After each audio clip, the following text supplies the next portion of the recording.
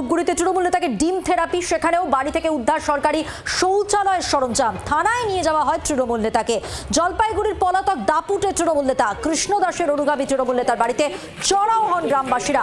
বাড়িতে ডিমের ঢিল।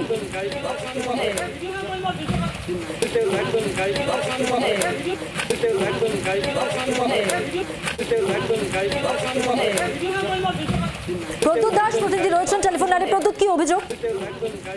দেখো, তৃণমূল নেতা ধূপগুড়ির যে কৃষ্ণ দাসের অনুগামী বলে পরিচিতি, সেই নেতা রিন্টু দাসকে ডিম থেরাপি এলাকার বাসিন্দাদের একাংশের। কারণ এই নেতার বিরুদ্ধে অভিযোগ 100 দিনের কাজ এবং জব কার্ড আটকে রাখা সহ বিভিন্ন শৌচালয়ের সরঞ্জাম বাড়িতে মজুত করে রাখা সহ বিভিন্ন অভিযোগে কিন্তু লোকজন এলাকার বাসিন্দারা সরব হন এবং ডিম থেরাপি যখন পুলিশ খবর দেওয়া হয়, এই মুহূর্তে পুলিশ যখন পৌঁছায় তাকে নিয়ে যাওয়ার পথে ডিম ছোড়া হয় তার শরীরে গায়ে। এবার স্থানীয়দের কি বক্তব্য শোনাবো, অভিযুক্ত কি বক্তব্য শুনো। কি অভিযোগ আপনার? আমার অভিযোগ, আমাকে অর্ধেক পায়খানা মানে টাকা দিচ্ছি, কিন্তু অর্ধেক মাল দিচ্ছে আর অর্ধেক মাল দেয়নি। কেন? আমার জায়গা নেই, পায়খানা মুখের জায়গা নেই। আমি যে উঠেতে যাচ্ছি, আমি নিচে উঠেছি। কত টাকা নিয়েছেন আপনার কাছ থেকে? 900 টাকা নিচ্ছে কাটমানি হিসেবে। কবে টাকা দিয়েছেন আপনি? এই যে মনে করো অনেক দিন হয়ে গেছে, বছর খানেক। বছর।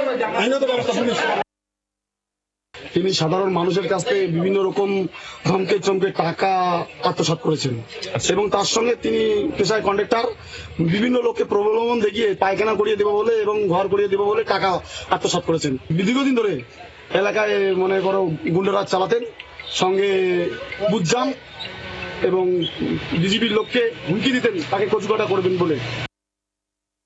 ঠিকাদারি কাজ করতে গেলে পরে তো আমরা আগের থেকে জিনিসপাতি কিনে রাখি, তারপরে সেই কাজগুলো আমরা বাড়িতে গিয়ে লাগাই। যখন গভর্নমেন্ট যখন করলো যে তোমার হচ্ছে গিয়ে প্রত্যেকটা অ্যাকাউন্টে টাকা দেওয়া হবে, তারপর থেকে আমরা সেই কাজগুলো বন্ধ করে দিই, আর সেইভাবে আমার বাড়িতে পড়ে আছে।